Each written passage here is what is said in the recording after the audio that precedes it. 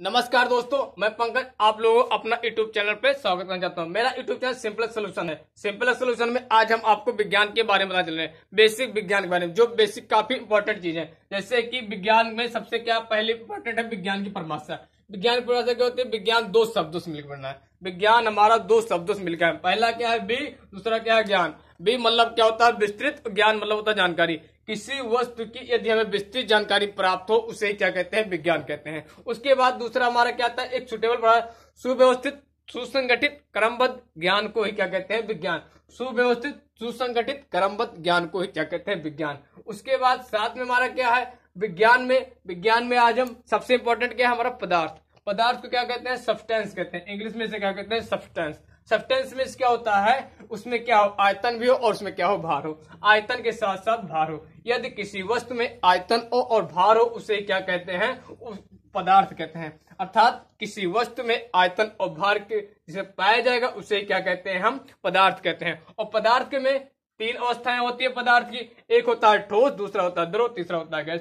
ठोस क्या होता है? जिसमें आयतन निश्चित हो और आकार क्या हो? वो भी निश्चित हो। अर्थात जिसमें आकार और आयतन दोनों निश्चित हो उसे कहते हैं ठोस। जैसे कि हमारी लकड़ी को आप देखेंगे उसकी आयतन भी निश्चित है और आकार भी निश्चित है, और साथ में जो इसके अणु होते हैं वो भी क्या होते हैं? पास पास होते हैं। दूसरा हमारा क्या है? द्रव अवस्था जो होती है उसमें क्या होता है? आयतन तो निश्चित होता है परंतु आकार अनिश्चित होता है। जैसे कि हम एक गिलास पानी को लें, पानी को अगर हम लेंगे तो उसका आयतन तो निश्चित होगा लेकिन उसका आकार क्या होगा? अनिश्चित होगा। अर्थात जिस बर्तन में हम रखेंगे उसको पानी को उसी का आकार वो ले लेगा। अर्थात आयतन तो निश्चित है लेकिन आकार क्या है? अनिश्चित है। उसे क्या कहते हैं? द्रव कहते हैं। फॉर एग्जाम्पल ले ले पानी या जल। तीसरा हमारा क्या आता है? गैस। गैस क्या होती है? जिसमें ना तो आयतन निश्चित हो ना आकार अनिश्चित हो, मतलब ना आयतन आकार दोनों अनिश्चित हो, उसे क्या कहते हैं? हम गैस कहते हैं। गैस को जैसे मतलब फॉर एग्जांपल ये आपके घर में सिलेंडर है। सिलेंडर में क्या होता है? लिक्विड पेट्रोलियम गैस भरी होती है। लिक्विड पेट्रोलियम गैस को जब हम आप ओपन करते हैं तो होता क्या है? देखते हैं कि पूरे कमरे में वो क्या करती है? गैस न तो उसकी आयतन निश्चित है ना तो उसका आकार निश्चित होता है। जब दोनों अनिश्चित होता है तो वह क्या करता है? पूरे कमरे जितना बड़ा कमरा रहता है उतने बड़े कमरे में वो अपना आकार और आयतन निश्चित कर लेती है। उसे क्या कहते हैं? गैस कहते हैं। गैस में क्या होता है? जो उसके अणु होते हैं काफी दूर दूर होते हैं। अर्थात इसमें अंतर आणविक बल होता है, आकर्षण बल काफी अधिक होता है। ठोसों में अंतर आणविक आकर्षण बल काफी अधिक होता है क्योंकि इसके अणु क्या होते हैं? पास पास होते हैं। जैसे कि आप देख रहे हैं लकड़ी की तो ये एकदम पास पास होते हैं। जो पास पास रहेंगे वो क्या होंगे? ठोस होंगे। इसमें क्या थोड़ा दूर दूर रहेंगे। इसमें क्या अंतर आणविक बल ठोस की अपेक्षा कम होगा लेकिन गैस की अपेक्षा अधिक होगा। लेकिन जो गैस है, गैस में अंतर आणविक बल क्या होगा? सबसे कम होगा। ये हमारा ठोस, द्रव और गैस हो गया। आपको मतलब हमने बताया आयतन और आयतन के बारे में। आयतन क्या होता है? कोई वस्तु जितना स्थान घेरेगी, कोई वस्तु जितना स्थान घेरेगी उस वस्तु का जो उतना स्थान घेरेगी वही उस वस्तु का आयतन कहलाएगा। अर्थात कोई भी वस्तु जितना स्थान घेरेगी वही उस वस्तु का आयतन कहलाएगी। आयतन से हमारा घनत्व है। घनत्व क्या होता है? वस्तु का इकाई आयतन। किसी वस्तु का इकाई आयतन वही उस वस्तु का घनत्व कहलाता है। अर्थात किसी वस्तु का इकाई आयतन ही उस वस्तु का घनत्व कहलाता है। उसके बाद हमारा क्या आता है? हम आपको बताने चल रहे हैं कुछ इंपॉर्टेंट चीज। जैसे क्या होता है? भार।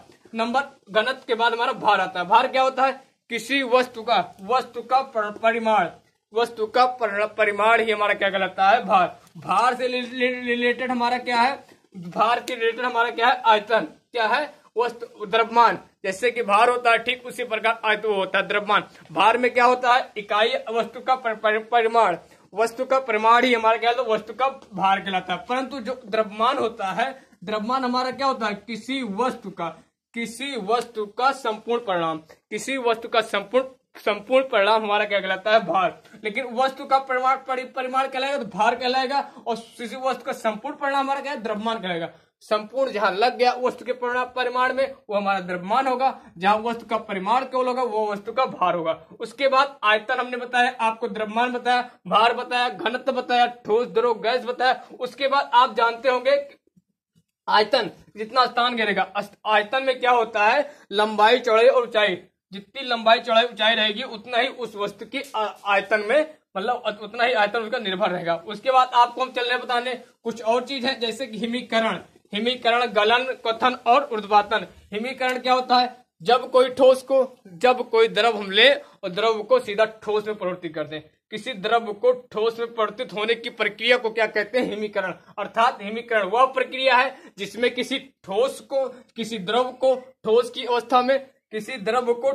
अवस्था में लाने की प्रक्रिया है हमारी क्या कहती है? हिमीकरण। अर्थात किसी द्रव को ठोस में लाने की प्रक्रिया हमारी हिमीकरण कहती है। और एक गलन होता है। गलन क्या होता है? ठोस को द्रव की अवस्था में लाना ही क्या कहलाता है? गलन कहलाता है। अर्थात जल से बर्फ बनाना, जल से बर्फ की अवस्था में जल को लाना क्या कहलाता है? हमारा हिमीकरण कहलाता है। परंतु अगर बर्फ से जल की अवस्था में लाएंगे उसे क्या कहेंगे? गलन कहलाएंगे। और जिस निश्चित ताप पे हमारा ठोस का गलन होता है उसे क्या कहते हैं? उस गलनांक कहते हैं। अर्थात जिस निश्चित ताप पर किसी ठोस को द्रव अवस्था में लाया जा रहा है वही निश्चित ताप उस वस्तु का गलनांक कहलाएगा। परंतु जो मतलब ठोस से द्रव की अवस्था में परिवर्तन हुआ उसे क्या कहते हैं? उस वस्तु का गलन कहते हैं। हिमीकरण क्या है? द्रव का ठोस अवस्था में आना। अर्थात किसी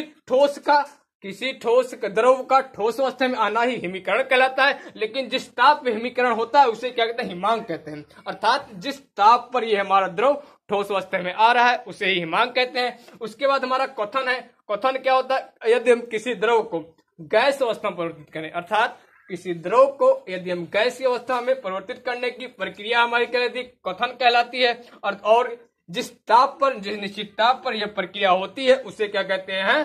क्वथनांक कहते हैं। उसके बाद हमारा क्या आता है? इसके बाद हमारा ऊर्ध्वपातन आता है। ऊर्ध्वपातन प्रक्रिया में क्या होता है? जब हम किसी ठोस को गर्म करते हैं वह सीधा द्रव में न परिवर्तित होकर सीधा गैस में परिवर्तित हो जाए। अर्थात वह अवस्था जिसमें ठोस अवस्था हमारी सीधी गैस में परिवर्तित हो जाए, अर्थात गैस में आने की प्रक्रिया को कहलाते हैं ठोस से सीधा गैस, हमारा ऊर्ध्वपातन कहलाता है। जैसे कि हमारा नवसादर के साथ साथ हमारा क्या है? कपूर। ये हमारे क्या है? ऊर्ध्वपातन के एग्जाम्पल नवसादर और कपूर क्वथन में हो गया। उसके बाद हमारा एक संघनन आता है।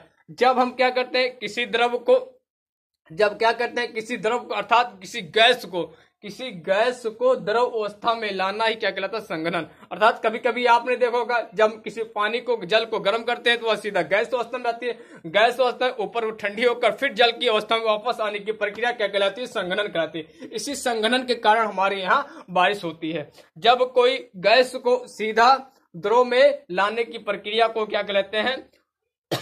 लाने की प्रक्रिया को संघनन कहते हैं। एक हमारी वाष्पीकरण होता है। वाष्पीकरण वह प्रक्रिया है जब किसी द्रव को गर्म किया जाए, गर्म करने के बाद वह द्रव सीधे गैस में बदलने लगे। जो ये प्रक्रिया पूरी होती है वही प्रक्रिया हमारी वाष्पीकरण कहलाती है। और जो वो बन के निकलता है उसे वाष्पन कहते हैं। और यही हमारा क्या है? आज के हमारे यूट्यूब चैनल पर बस इतना ही आपको बताएंगे।